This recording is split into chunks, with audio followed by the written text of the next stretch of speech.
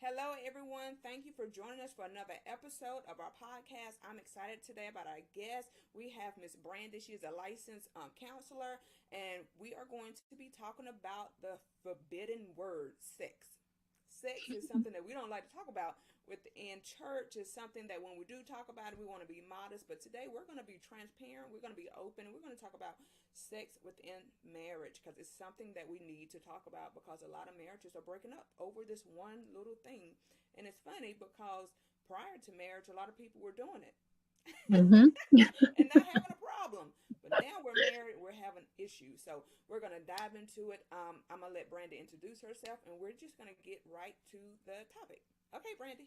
All right. Thanks for having me. I'm really honored to be here and meet your audience, I guess. My name is Brandi K. Harris.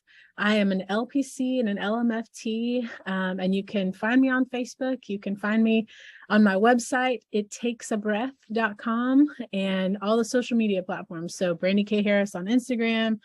I'm on TikTok, all the fun things. You can find me any of those places. And I am a professional counselor and marriage family therapist, but I also am an author, and I've recently written a book called The Truth About Holy Sex. And it's a workbook for people who love Jesus and want to love sex. So that's been my goal, is educating the church and believers, and helping them to recover from a lot of damaging messages and confusion they've had, because I want everyone to have great sex. And that's been my goal, to set y'all up to enjoy the beautiful gift that God has given, for all men and women, but especially for believers who know him and love him. Amen. Amen. It's funny because a lot of times we want to go to church mothers and get this advice about sex, and it's funny. And if you look at, if you go, I know my grandmother. I don't. I think she might have. And I've worked in healthcare for many years and been into older people homes and seen Mm-hmm. the two separate beds. Mm-hmm. And those are the people I don't want to get sexual advice from. Because I don't see Oh, myself sleeping yeah. in two separate beds Yeah. when me and my husband get to that age. And so, a lot of times we are scared to even go to people and say we're having problems within our Mm-hmm. marriage bed. Mm-hmm. But Yeah. then, we have the infidelity that's going on. And it's like, well, if you're having a more healthier sex life, perhaps, you know, um, we wouldn't have this. So I want us to talk about some of the things that's in your book so that we can kind of open up the floor to. And guys, remember, if you're viewing us on Facebook, to ask your questions. If you're on the radio, you can always email Brianna276 at gmail.com and submit your questions for today's show. I would love to hear from you, guys, and I can try to shoot them to Brandi and see what she has to say if she doesn't mind answering. But I want us to talk about some of the things that's in your book, because again, this is like such a taboo. Yeah. Yeah. Yeah. So the book came from actually my practice. I see a lot of people who have questions and concerns about sexuality. And then my church as well was interested and curious in how do we get some healing for our body? Because we see the same thing you see. There are marriages that appear to be falling apart, because they can't figure out the sexuality piece, and they don't know how to have good sex, or sex has been very painful or frustrating for them. And there's lots of reasons for that. One is just this assumption for most of us, before we are a believer, or even as a young person, you're growing up hearing, you're hearing out of one group that sex is great and it's fun and it feels good. And then there's this other education that says sex is terrible, it's bad, you should not do it, you're evil if you do this. And so then when you get married, there's so much confusion about, is sex good or bad? And I don't know how to turn off the bad switch if it's now supposed to be good. I can't just flip that quickly. Mm-hmm. And there are people that are incredibly self-controlled and avoid all sexual behavior before they get married. And then the day they get married, they're trying to expect themselves to just flip it on and become this tomcat in the bed. And it doesn't work. You know, they have spent, 20 plus years or whatever, holding back and trying not to relax and enjoy something. And then in one day, we're supposed to just all wide open, that doesn't work. So, or we just have a lot of shame and guilt about it. Maybe we can flip the switch, but we're just feeling yuck all the time about who we are in our bodies, for multiple reasons. So that was really the goal. There's lots we have to look at there. I think in some ways our culture has gotten it right in that sex is good. It feels good. Your body is designed to work in a way that you can enjoy it, that it has pleasure. I mean, to get really transparent really quickly, there's an organ in the female body called the clitoris or the clit. And it is, as far as we can tell anatomically, its only purpose is pleasure, which for me, that is such an incredible, amazing illustration of who God is, that sometimes he gives us pleasure just for pleasure's sake. And I'm not saying we have to be or should be all about pleasure. God's so much more than pleasure, but it's incredible that he provides that. It makes me think of other things like, we're getting ready to have fall here. When the leaves start changing, there is really no other reason that God could have made that process happen a different way, but he chose to make it beautiful. He chose to make the fall beautiful. And it's the same thing with our bodies. He chose to make them beautiful, enjoyable, and he chose to design them in a way that they connect very well. And so we can lean into that because of who God is. And the culture, for the most part, has gotten that right. They've figured out, the larger culture has figured out that sex is good, that it feels good, that it connects us, that it's enjoyable. But then there are some things that the culture gets wrong. There are some things about the culture that encourage you to just be entirely self-centered in your experience. When we are hooking up with people, we're hooking up because they make us feel good, not necessarily because we want to serve and love the other person that we're connecting with. And our culture is very hedonistic. It only wants pleasure. It tends to focus on how do I get high quickly and how do I feel really good with all of those endorphins. And then when I'm done and I walk away. And we're left feeling pretty empty and unsatisfied with the connections that we find if we're just finding them through pleasure. We also have a lot of damage. Most of our culture is patriarchal, meaning that it tends to focus on male pleasure rather than also female pleasure. And so for both men and for women, this is a problem. For men, it's a problem because, frankly, even if men can really enjoy a sexual experience, but the woman is just putting up with it, or the woman is just performing, men don't feel particularly satisfied by just a performing woman or just a someone who's putting up with that experience. They want also an engagement from the female, but they don't know how to do that, and they're frankly not educated very well on how to pleasure females. So you've got this male, so that's a problem for the men. It's a problem for the women because women need to enjoy this experience too. This is for two people. This is not just for one person. And I guarantee if you can make the sex more pleasurable for both people, they're going to want to do it more often. If it's only pleasurable for one person, the one that's not enjoying it is probably not going to want to do it as much. So figuring out, the larger culture has to figure that piece out. So let me switch over to the church side of things, because I think the church has really done some damage here as well. I think we always, as a church, fall into trouble when we as a church mimic the culture around us rather than using the Bible as setting the standard for who we want to be and how we want to be. And in a lot of ways, the church has mimicked the culture, especially in the patriarchal pictures. I don't know about you, but I've heard preached from the pulpit before that sex is an important part of marriage, and basically that women should just do it to take care of their husbands. And that is so gross to me, because it really only paints one tiny piece of what sex is designed to be. And that's not at all how God operates. God doesn't just operate in a situation where he's getting what he wants and doesn't also care for us. We also see plenty of pictures in Song of Solomon, wherever you want to look, where it's a mutually enjoyable experience. But for some reason, from that pulpit, we've been saying women just do it for your men.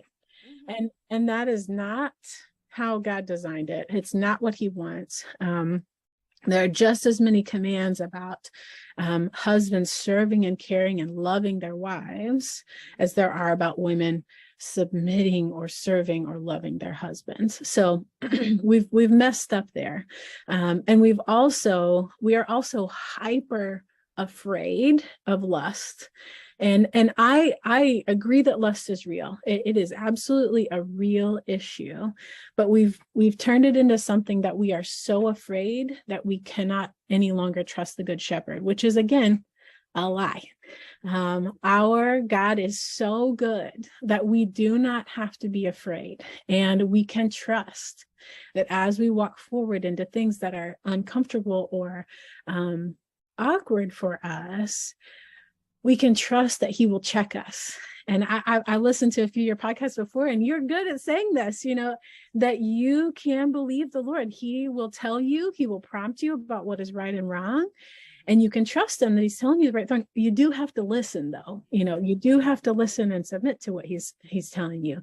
So when we paint these pictures in the church of lust being so terrible, and then we become afraid of sex, we become afraid of pleasure, we become afraid of each other because we're afraid, men are afraid women are going to tempt them, women are afraid men are going to take advantage of them. When we are afraid. And I would also say all of our abuses that happen in the church are also causing this as a problem. When we're so afraid of each other, then we can't relax. We can't enjoy each other. We can't enjoy intimate bonds and connection. So overall, that's the beginning of my book. I'm just starting there, talking about what all the issues are and how we've kind of gotten to that place. You want me to just keep rolling on this, or you wanna jump in here with questions? I say something. I Okay. think this is really good because as you were talking, you said something about serving and loving. And so, when you're in the courtship, and this is going to be this is your spouse. You know Mm-hmm. it. You guys have become engaged. I think the most important conversation that needs to take place is sex. What Mm. do you like? What are you expecting? Because Yeah. it is, to me, you do yourself a disservice when you wait to the night of. Oh yeah. Because now we got to have this discussion, or I got to feel uncomfortable, or I got to do guesswork, or he has to do guesswork. And I Yeah. want to be comfortable going into this situation because, again, there's so many different situations where people have already been sexual prior to Mm-hmm. marriage, where people haven't, where people were, but then they got saved and they got the fear of hell itself put in them. Not the fear of God, but the fear of hell. I'm going to hell. Yeah. So you get there, and like you said, that lust piece. And I Mhm. don't want to call it lust, but I think, and I hate using the word energy, but I believe there should be some type of connection that the two have, that Mhm. you are literally desiring one another. So when that night comes, there is passion. Let me say passion. Yeah. There's Yeah. passion. There's love. There is the I want to please you. He wants to please me, and we're not gonna be done until we know we both have pleased each other. Mm-hmm. But I believe there needs to be not a build up where you're getting ready to be jumping in the bed before marriage, but I'm saying a Yeah. build up of I can't wait till we make this thing all the way complete. Yeah.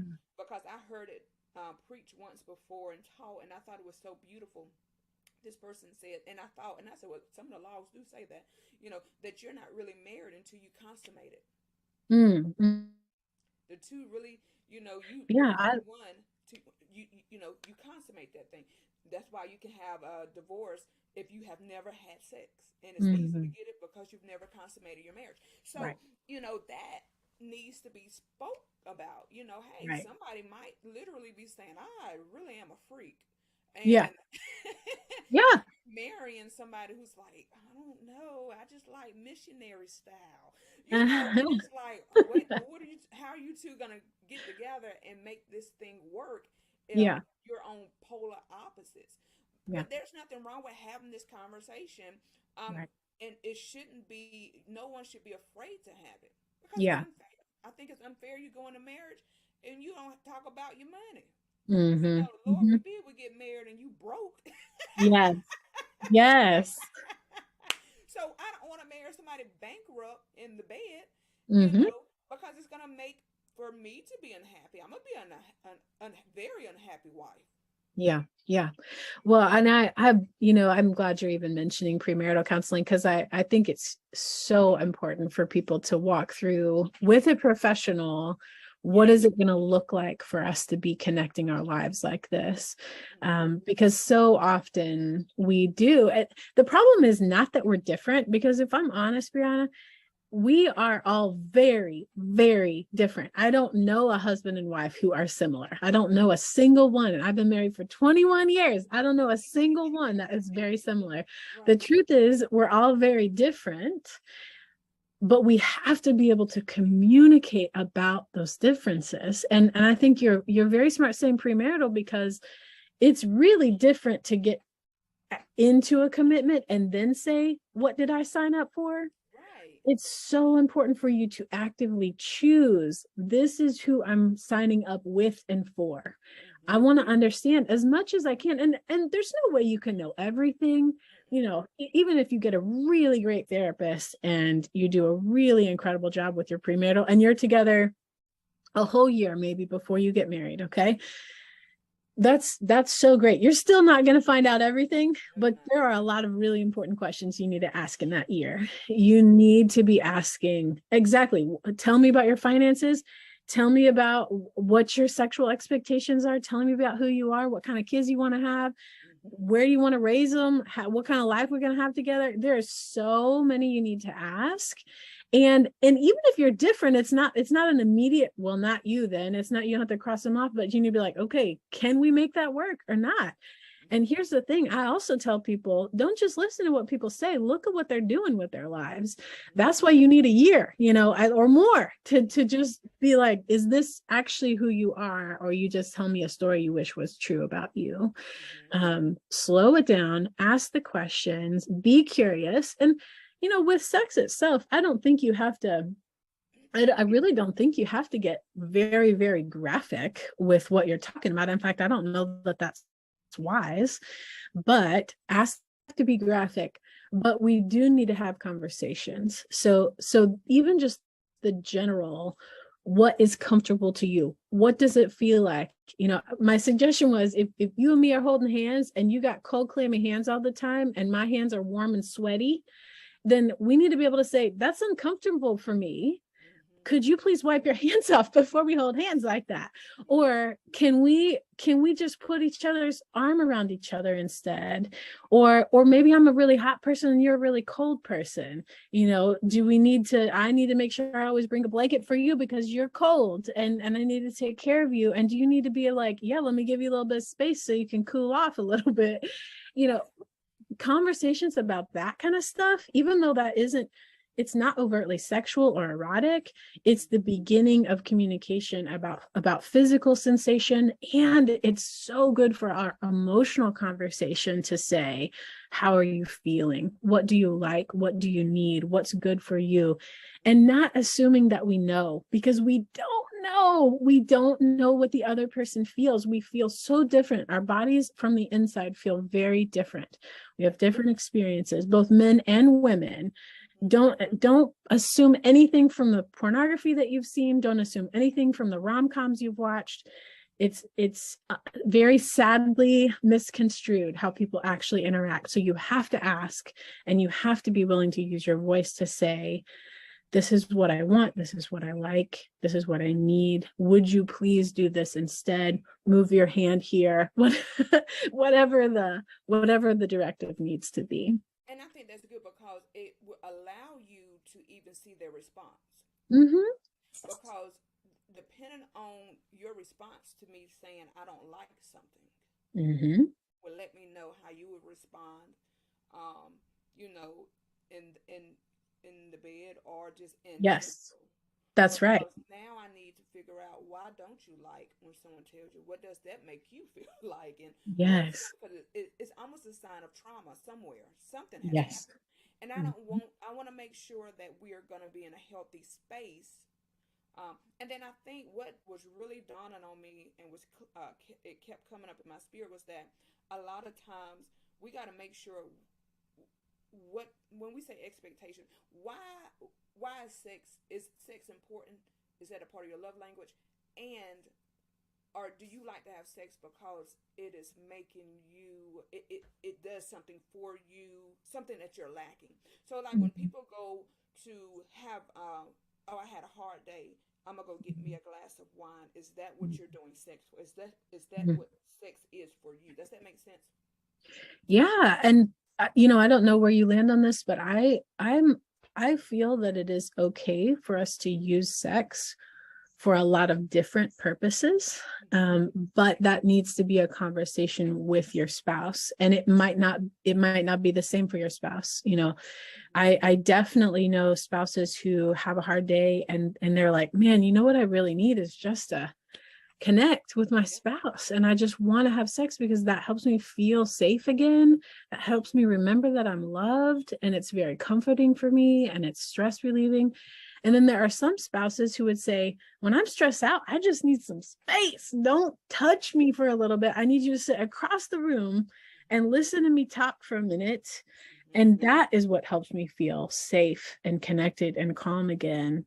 And then maybe after that, I might want to have sex. But spouses are so different with this. It's fine. It's fine. There's nothing wrong with you that you really want to have sex for this reason, or you really want to have sex for this reason. You just need to talk about it. And it's worth a conversation. It's worth pointing to God's word and saying, is this something biblical? I do believe the Lord wants us to take care of ourselves and to take care of each other. That's very clear from his character. He operates all throughout his word, showing us that he is attentive, he is warm, he is responsive. He's looking at his people and saying, you know, look, he knows what we need, and Right. he meet our needs even before we're aware of them. And he wants us to do that with each other as well, to be attentive, to be attuned, to be taking care of each other, but also to know our limits and be able to say, I can't do that, or I cannot be a generous giver right now. I don't have it in me. I need to connect with the Lord instead. I've got to go back and see him and love him and let him love me and get filled back up again so that I can be generous again. We have to know those limits too. So should we be focused on the other? Yes. Do we need to also pay attention to ourselves? Yes. Both of those are biblical things to do. Yeah, and I just think that's important. And, the connection that you have during intimacy, you know, you have being, I think the key is really your emotional health, because sometimes your partner might not seem like they're really into it. Right. Right. And what does that make you feel like? Yeah. Do you feel like they don't love you? Right. I think because when you get up, you don't want to get up and be disconnected from your partner. Right. Right. And so, like you said, having these tough conversations are so important. And I don't care how long you've been married, because we all evolve, and so my Yes. needs will change. I Yes. might like to. You might have a four days a week thing, and Mhm. early on, and then as time goes on, you might be a one week, 1 month. I don't know, but Yeah. having those conversations and understanding that you know this is not the only thing that connects us. It Mhm. is a thing that connects us, but Mhm. our love for one another, and let's not define our love for one another just in the act of connecting this kind of way, because intimacy, and intimacy is more than just the sexual act anyway. I want to be Absolutely. able to connect, and I think being saved just doesn't mean that you have to be this boring. No. We just I see you at home. I'm a person that I want to be able to send a text throughout the day just thinking about you. Yes. Yes. I um, love that. or he might get home before me, or she might get home, whatever. And there's a note, at the Hmm. door. Meet me upstairs, or just Right. things like that. We don't have to be boring Right. all the time. We can add some type of adventures, another level of intimacy. Y'all might not Yes. connect physically like that, but you might just meet upstairs and there's a bubble bath, Hmm. Hmm. and the lights is off, and you run the bath, and you both get in there, and you have a glass of wine, and you're just talking, Hmm. and that's how you're connecting. Uh-huh. Yeah, I don't know. This might be helpful. So two typical types of drive for sexuality. There's spontaneous drive, and then there's contextual drive. And spontaneous drive is primarily driven by testosterone, and it feels like it just shows up. Okay, so you just, it feels like it could be out of nowhere, right? Like all of a sudden the person is like, I just want to have sex. Maybe they saw something and it prompted it. Maybe they had a thought come into their mind and they wanted to, it's spontaneous, it's quick. The other type of sexuality, which is very, very common, it's even more common in women than it is in men, is that it's contextual drive, which means that they have to have the context, the whole context set up in a way that then they want to have sex. And they can engage in sexual activity before they have that high drive, but they're not going to get to the point of actually really enjoying the sex until those all those boxes are checked. And so to be, like you said, maybe one of the boxes is like, I need to feel connected with you throughout the day Mm-hmm. before I want to jump in the bed with you at night. Or Mm-hmm. maybe one of my boxes is the house needs to be clean because I am so mentally distracted by all the chaos in our home that I can't calm down and actually enjoy sex if all that is in front of my eyes. And so I need things to be picked up. Maybe I need the kids to be in bed. Maybe I need to have had a good meal. Maybe I do want to have a glass of wine that helps me relax a little bit. You know, there are a lot of things that maybe need to happen. And I would also say for women, a lot of the things that they need is they need non-erotic touch. So just affectionate touch that is not sexual sends a completely different message than the sexual touch. And women know the difference. They know what it feels like to be touched when someone is trying to take something from them, and they know what it feels like to be touched because someone is trying to give something to them. And if a woman feels like the only touch she ever gets is the taking kind of touch, she's not going to enjoy sex very much because it doesn't feel like it's for her. It feels like it's just for him. If he wants her to enjoy it, he's got to learn how to touch her in a way that feels good just for her. And that isn't necessarily erotic. It might get there. She might want erotic touch eventually, but because of the way our arousal works in our bodies, if you're not aroused to a certain point, sexual touch feels invasive. So there may need to be some kindness, just some, and it could just be like, maybe we have a really nice kiss in the morning. Maybe I get a couple texts throughout the day, and maybe you come home and do the dishes without anybody asking you to. And you're like, Amen. dude, let's get in bed, like whatever the things are, but you're going to have to talk about it and think about it. And here's the thing, we don't want to say that either one of those people is broken. She's not broken because she's a slow warm. He's not broken because he's a fast warm. There is nothing wrong with them. It's just that they operate differently. We need to talk about it, and we need to figure out how to take care of each other.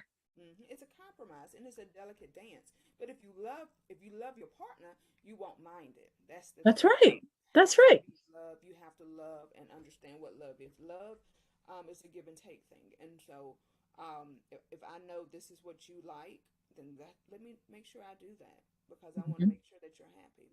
And a happy partner is one that normally is going to make sure you're happy as well. Mhm. Mhm. So I Yeah. think it's good. I think this whole conversation is good because I had a friend not too long ago, and they were telling me, they were saying that they were having a hard time in their home because they weren't able to talk to their husband, and when the husband would come home, he just wanted to get straight to it. And she said, Hmm. "I'm tired of this. I'm Hmm. not going to continue to deal with this because it's just like he's jumping up and down on me, and then Hmm. he's rolling over and going to sleep." Yeah. And she was saying that she felt like she wasn't loved. And Yeah. I said, you need to have that conversation with him, and don't wait till it gets, way out there, and then you have all this built up anger. Because I do Right. believe sex is a release. Hmm. It just does something. You're more relaxed. And so Hmm. if you're not releasing in sex, then you're just sitting there built up and Right. angry. Yeah. So, these kind of conversations need to be had immediately and not waited. Yeah. Yeah, I agree. I the most common complaint I hear is husband wants more sex, wife wants less sex. And Mm-hmm. it does happen the other way around. I want to be clear. There are definitely there are definitely marriages where wife wants more and husband wants less, but that's not as common. And I it breaks my heart really to hear about them every single time, because I know that the spouse who is the pursuer, the one that is initiating sex every single time and wants more, I know that they're not just wanting to get off. It might really be hard to believe that, but I really believe that it's not just about a self-centered getting off. It's that they're wanting connection. It's wanting the release. It's wanting to feel loved. And a lot of people do feel loved through sex. That acceptance, that vulnerability that happens, that is such a deeply connecting experience. And so there is nothing wrong with that person who is wanting and trying and trying. They're trying out of desire for a good thing, a good connection. And there's just so much pain in feeling rejected over and over and over again. So I have a lot of compassion for men who are wanting more sex and not getting it. At the same time, I am really brokenhearted for those women who are feeling overwhelmed and not enjoying their sexual experiences, because it can feel like they are not loved at all, that they're not being attuned to, that they're not listened to, that their needs are not prioritized by their spouse. And that is a real problem. If we're supposed to be in our marriages to love and care for each other, one person isn't getting what they want and the other person isn't getting what they want. I mean, we've gotten off somewhere. We need to be able to come back and humbly say, I have messed it up and I want to do better. Mm-hmm. What is it that you need? And also, here's what I need. And how do we take care of both people who are hurting? And I also want to say this, I think that sometimes I want to be really careful, because in some marriages, there has been a compulsion to have sex so much, and there has been such a self-centered approach, and that person doesn't care that the other person isn't enjoying it Mm-hmm. and is just angry or spiteful when they don't get what they want. That's a problem. And it is not it is not the other spouse's job to just make them happy. I don't want that to happen, because that's just feeding a monster. That's when we need the professional help. We need to go in and figure out what we need, what our boundaries are, how do we use our voice more effectively, and how do we set real limits on bad behavior? How do we hold one another accountable? Holding each other accountable is a loving thing to do, but it is hard. It's hard to do well. And you need support in the meantime, especially if there's a bully in the marriage. Bullies are not loving people. And if you're bullying, that's a real problem, and that is very clearly an issue that the Lord needs to work on with you, and that you need to humble yourself. Go back to the Lord and talk to him about your character and ask him to heal you. If you're being bullied, I want you to stand up. I want you to do something and get the support that you need so you can stand up, and take care of yourself and hold your Good. What would you, how do you, I got two questions. So, how would you suggest churches bring in for marriages? And because what I can picture is like a group setting, Mhm. and where, someone like yourself, a professional, comes in and we have this conversation in a group setting. And I Ugh. think sometimes it might make the conversation more comfortable if you Hmm. can't have it at home. But if I can come into a group and I hear other people, I can be more comfortable to Yeah. kind of express what I need to. And then we're at church, and now I don't have to feel ashamed or guilty, because guess what? If we can have this conversation in the church, Hmm. um, then, I think a lot of these issues could be resolved. So how Yeah. would you suggest the church bring this into their ministry? Yeah. So let me tell you what we did at our church, and you can take it or leave it if this will work for y'all. Our pastor had us, we took my material, which is this, it's a workbook. It has 6 chapters. It's essentially designed to go through in whatever capacity you feel comfortable with.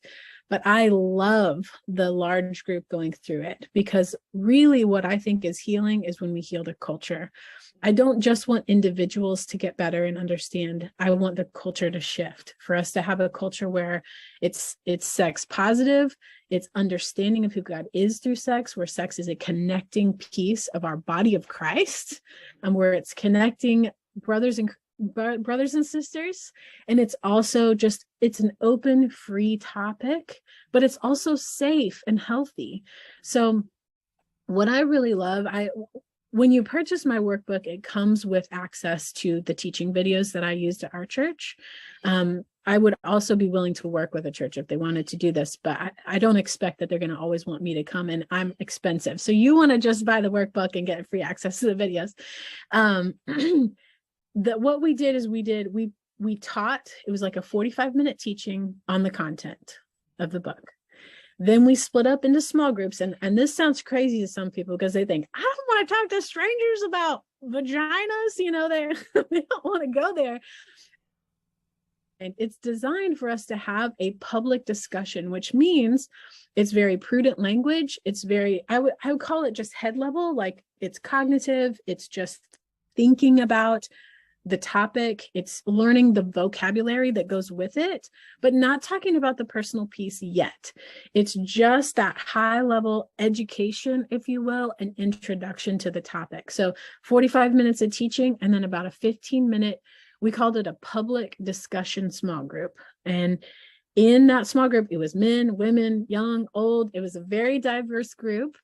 And I know I just watched everybody the first time. Everybody was just like, oh gosh, do I have to say that? What's going to happen? And they were quiet the first week. But what was incredible is by the second week, everybody's guard started coming down, and we started to realize it's okay for us to talk about this. We can love and respect each other in this conversation. Oh, other people have different experiences than me. But it wasn't this fight. It was just like, oh, I didn't realize what I was doing that was causing a problem. I didn't understand how other people were affected. All I had was my own little echo chamber with myself and maybe my spouse. And that was not the big picture of how things work. So just that by itself is very powerful. But the workbook also includes some more private work. So there are individual workbook questions that you're processing through your history, your damage, what you believe, and how the Lord has created you uniquely. There's lots of assessment in there for you to be thinking about that and looking at scripture directly, how it applies to you. Then there's a piece that is specifically devoted to having conversations with your spouse. So, in our group, we had singles and married people involved, because I wanted our whole church to heal. I wanted single people also to know and understand healthy education and know and understand themselves well, so that if they eventually get to the point where they want to marry, they're set up to do it well.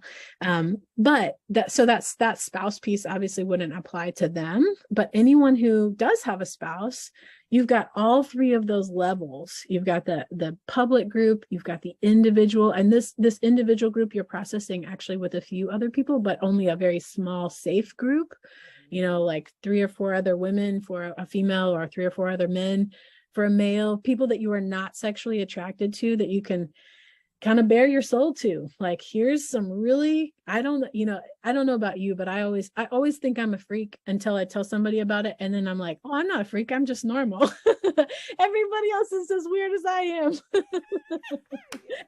So it helps a lot to be able to say, oh, this is my experience. And then to have your people say back, oh, girl, I did that too. Like, oh, that's my issue also. You're like, oh, okay.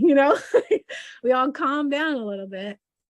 And then same thing with your spouse. It just gives you some language to talk about, rather than starting from zero or starting from porn, which is where a lot of people are starting. You want to give them some real language to talk about it, and some, actual questions to ask each other, and activities to do to kind of set you on this path to be healthier with each other. I think that's good. And something I wanted to talk on before we got off, we didn't get to touch on it. I want us to talk on the piece of getting to know your own body, knowing what you like, because sometimes we can't articulate because we don't know what we like. We don't know how we really respond. You might have been doing this for however long, but you still don't know your body. And so to actually be with somebody who you're going to be with for the rest of your life, and what do you really like? Yeah. Brianna, this is an interesting question that you're asking, because I think it isn't just about knowing yourself physically. It's also about knowing yourself emotionally. And for a lot of us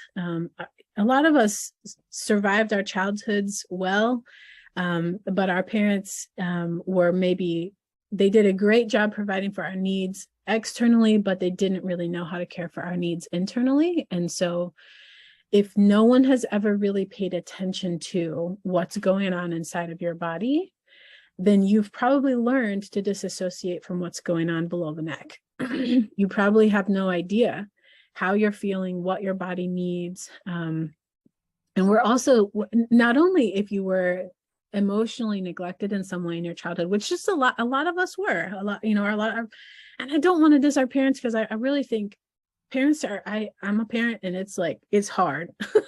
It's so hard, and we're all doing our very best.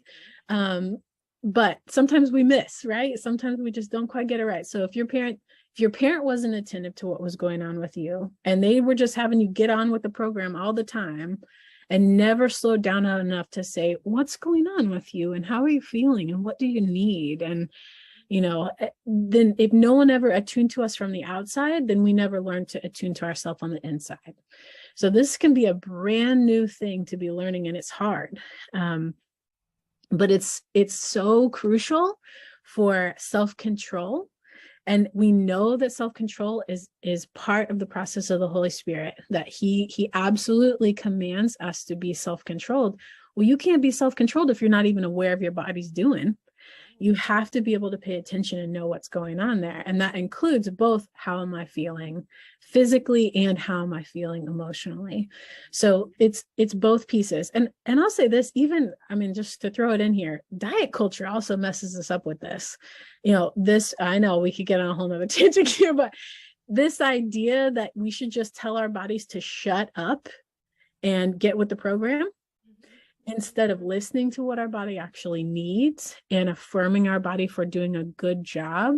When we tell ourselves like, oh, I'm hungry, I'm just going to ignore that hunger. I'm not hungry. I'm going to fast for 24 hours because I'm not hungry. I'm just telling myself I'm not hungry. Or, maybe I want some ice cream. I'm like, no, I don't want that ice cream. We're just mean to ourselves the way that we talk, all the time. And then our body, slowly, the voice of our body gets quieter and quieter, and it's harder and harder to hear it. And so really what I want people to do is slow down long enough to listen and affirm. What is your body saying to you? If you're feeling anxious and your chest is feeling tight, notice that. How am I feeling? My body, I'm feeling anxious right now, and I feel some tightening in my chest. What do I need? I think I need to breathe for a few minutes. I need to calm down, oh, I need to call my friend, whatever it is that helps me to calm down. And then I notice again, how's my body doing now? Is it calmed down? Is it listening? And you can do this in so many different ways.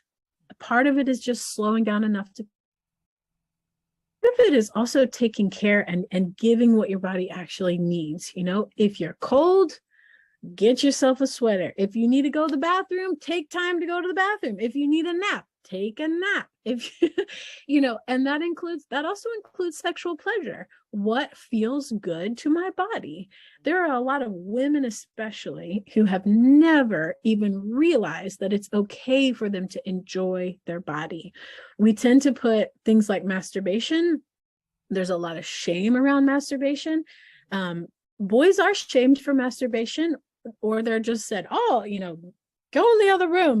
There's kind of this assumption that they're just boys being boys or whatever, but women don't get that privilege.